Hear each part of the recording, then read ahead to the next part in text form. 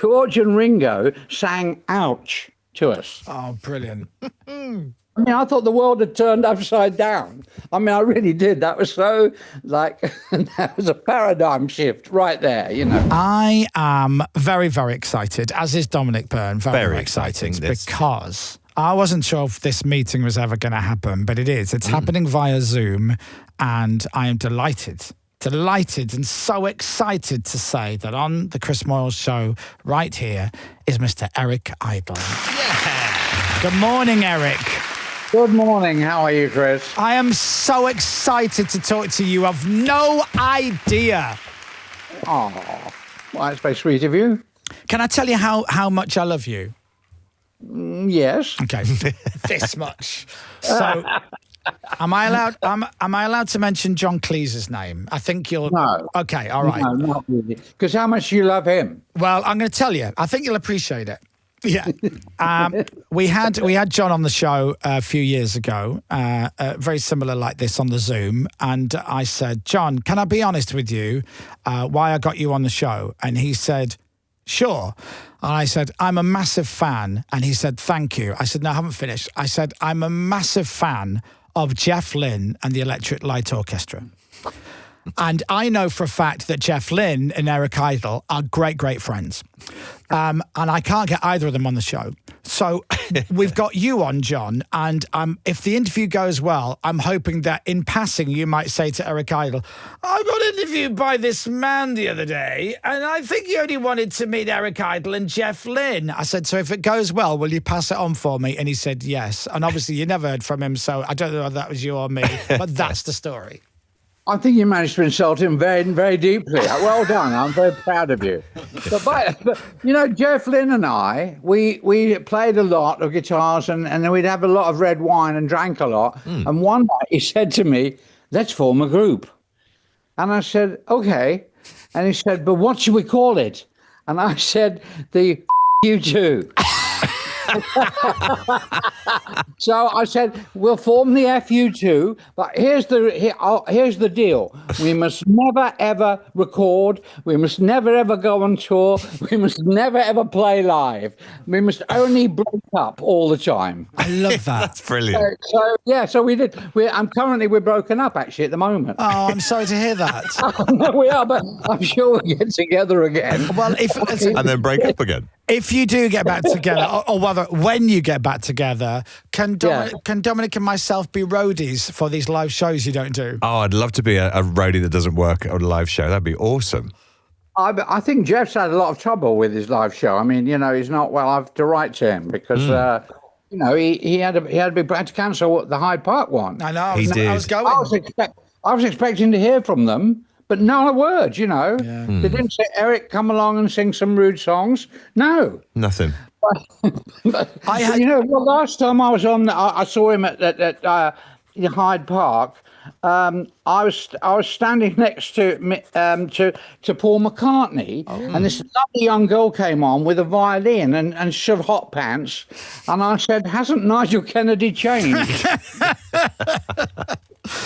Oh, God bless Nigel Kennedy. Yeah, and he laughed. God bless him. Well, yeah, thank God for that. Yeah, thank God for that. Imagine if it had gone, yeah, he really has, and you'd have been like, oh no.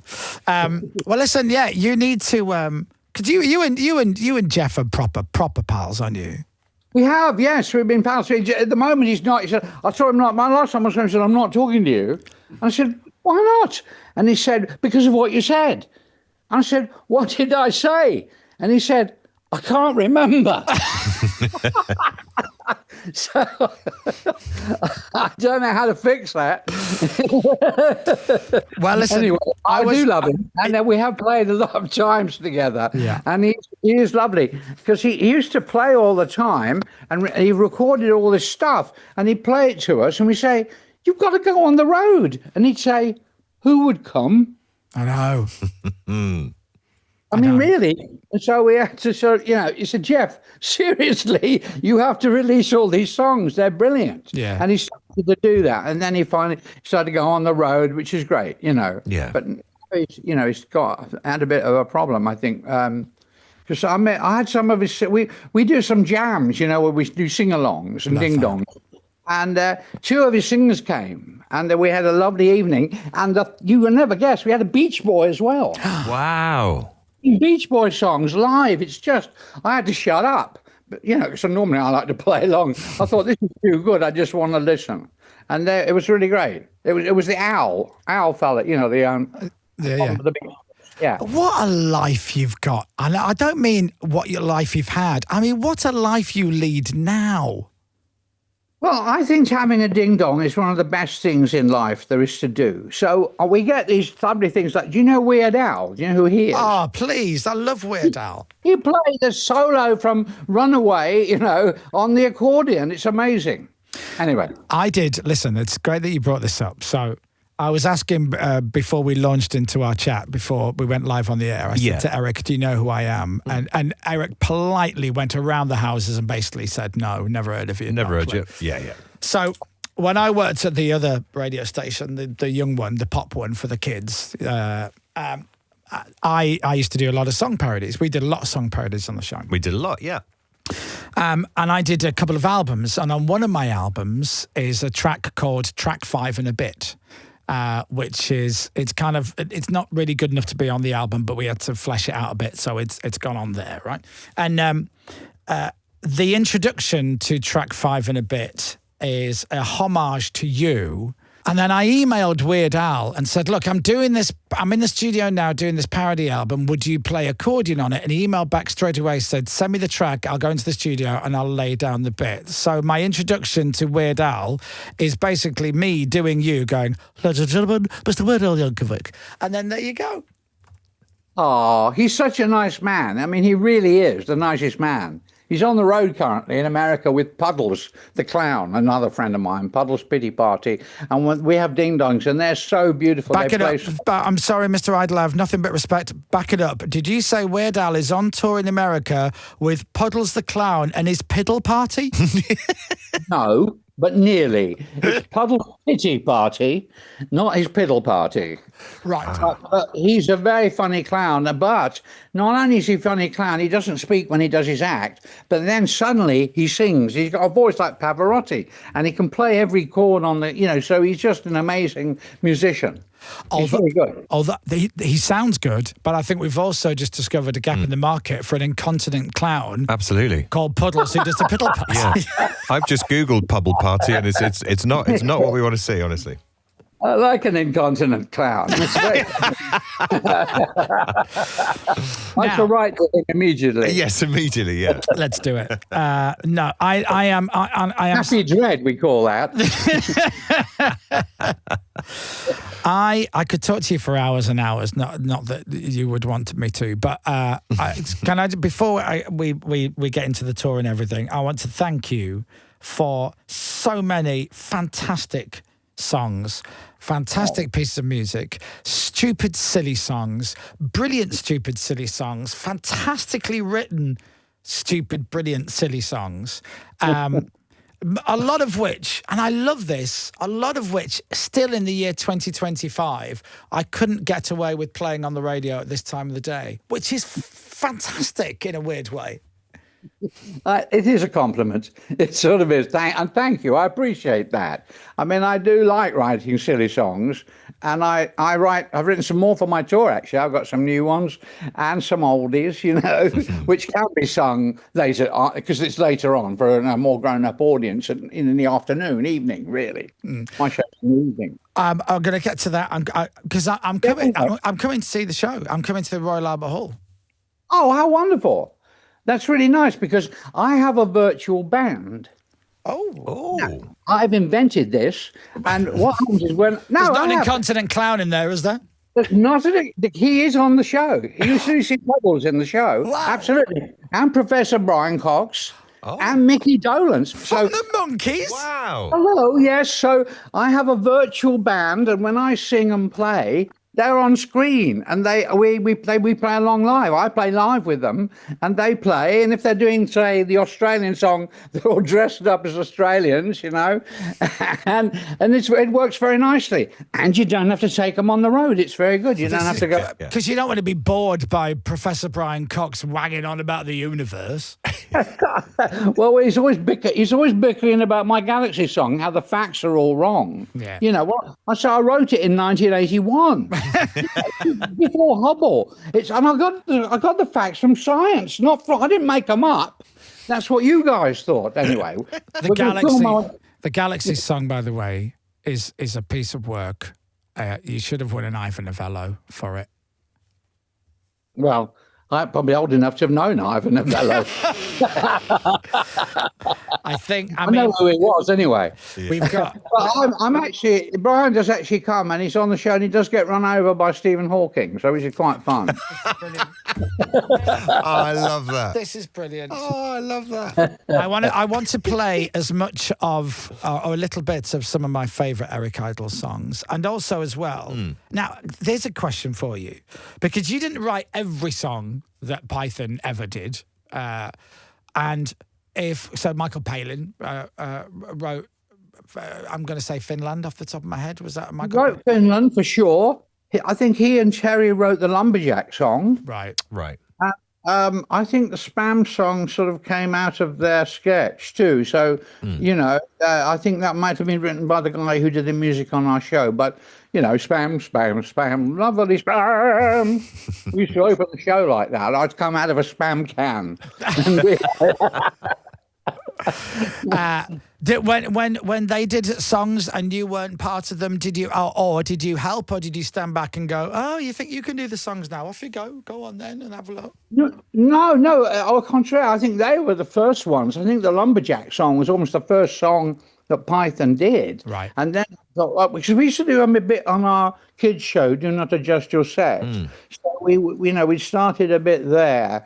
But we had to do with something called a contractual obligation album, because we owed, Clive Davis an album, and we found that out. So I said, let's all just do songs. And so that's why he wrote Finland. Wow. And Terry wrote Muddy Knees and some other very fun. I like Traffic Lights, which goes on forever. And so we put that album out, and we gave it to them, and said, here we are, here's the new Python album. And it was largely all songs. How was Clive with that, Eric? Did he love the I think album? I don't know. He's always very, happy to receive anything, really. Yeah. But I did pinch the Rutles album off him and give it to Warner's because Derek Taylor was there. Right. Yes. That was a good move. Eric Idle, you just mentioned the Rutles, and my God. This is Chris's happy place, Eric. Is it? Yeah, Rutles, absolutely. I saw it on TV at the BBC Two years ago. Because when did the Rutles come out? 78. Right. So I wasn't born because I'm only 24 now.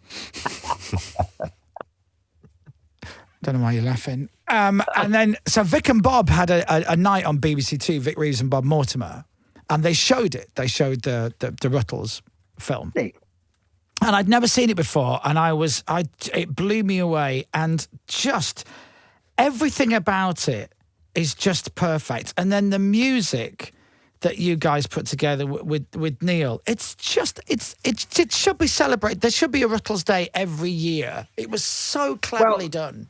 All the music is Neil. And Warner's are just about to put out a new double album of the Rutles music with I think I don't know how they're putting the film in. I in my show have a new 8-minute cut, both from All You Need Is Cash and from a sequel I did called Can't Buy Me Lunch, where I interviewed all these people about the influence of the Rutles on the world. And the audience can't believe it because Salman Rushdie comes on and talks about the Rutles. David Bowie comes on and talks about the Rutles. Wow.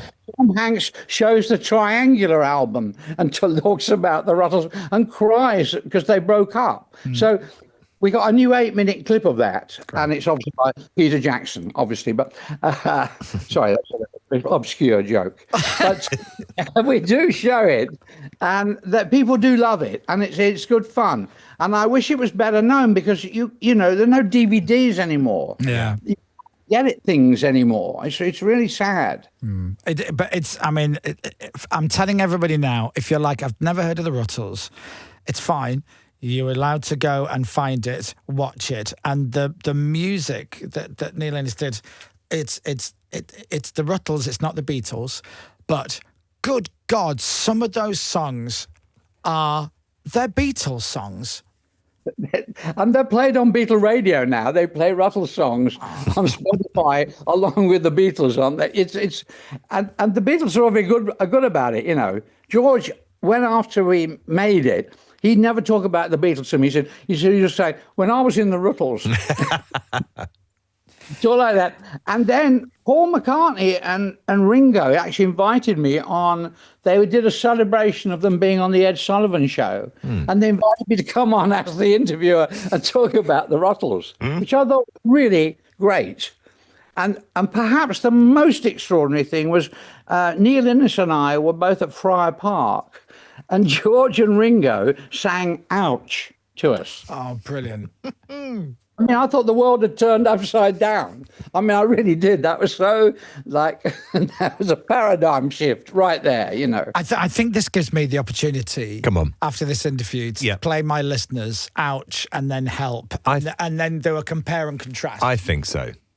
100%. Right, listen, we don't have loads of time with you because obviously you're in France and you've got to, drink wine or something. You go have lunch. You're going to start boozing it up. Now, let's talk about Eric's new show. I did just say that I'm going to see it at the Albert Hall. It kicks off in Birmingham on Wednesday, the 10th of September, and heads to Brighton and Liverpool and Manchester and Glasgow and Edinburgh and Bournemouth and then the Royal Albert Hall. It's 8 dates across the UK. And it's, Eric, I think you're somebody that likes to work. I think you like to work hard. If you've got a project, you like to work on it. So explain to me why you've not toured since 1973. I've toured last year. I toured New Zealand and Australia. Okay, since 2024. Well, I do all sorts of things. I do like to perform at least once a year, so you get used to being scared again. You know what I mean? I think it's very good that you just keep your chops together. And the year before, I did the Sketch Fest in San Francisco. We opened that with Jeff Davis, and that was fun. So this one, it's a kind of a mix. So it's coming along nicely. I did try that on the Aussies. I can't wait to see it. As soon as I saw it advertised, I'm like, I need to see you on stage because I've never seen you live before, and I think a night watching you on stage will just be a blissful experience. I'm very, very much looking forward to the tour. Are you feeling excited? Are you up for it? I'm very excited, and for all sorts of sentimental reasons. I mean, I lived in Manchester and Liverpool, and I'm a Geordie. I'm born in South Shields, so I've worked my way south. But it's fun to go back. I've never been to these places for years and years and years, so it's really kind of nostalgic for me to be able to do that. This is not to be. Yeah, no, I like it because you left the UK. How long ago would you have moved to America? About 30 years. I've lived in California. The time passes quickly there. But no, it's nice there because I don't like the winter much. No, well, it's. I mean, the summer in the UK is as well. It can be 50 degrees one day and then 20 degrees the next day, and then sunny and then windy and hailstones and volcanoes. So it's everything as you left it. Well, I do watch that on the footy and on the cricket, so I can tell the weather. Dominic and I are performing next January. We are. Yeah. We've got 2 sold out shows at the London Palladium to do.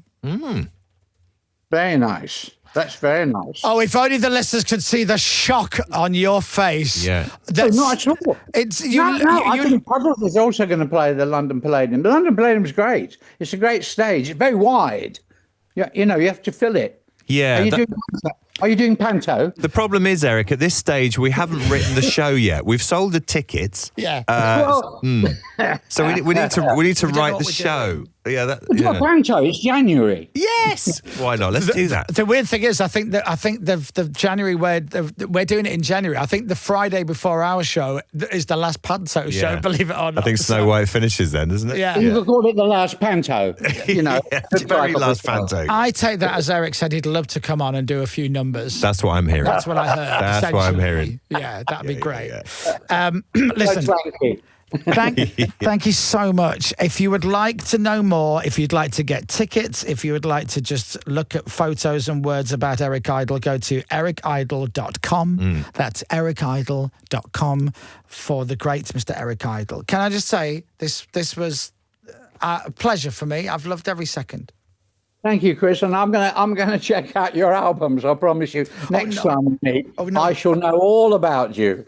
No, I would. I'm going to tell Puddles that he's got to be called the Piddle Party if he's doing the London Palladium near you anyway. I would recommend if you're going to listen to a couple of songs, I would recommend album track on the first album. The last track on the album, which is the last track on the first album. And then on the second album, there is a track that I do a duet with Robbie Williams, which is called ILMP. And the ILM stands for I Love My. And I'll leave the rest as a surprise. Okay. He's very nice, isn't he? He's a nice fella. He's a good boy, yeah. Yeah. Well, I shall check you out. Don't worry. Oh, my God, I'm nervous now. Oh, absolutely. You have, yes. There's some notes from Eric Idle now. I look forward to seeing you on tour. Always look on the bright side of life live. Ladies and gentlemen, the one and only Mr. Eric Idle. Thank you very much. Radio X.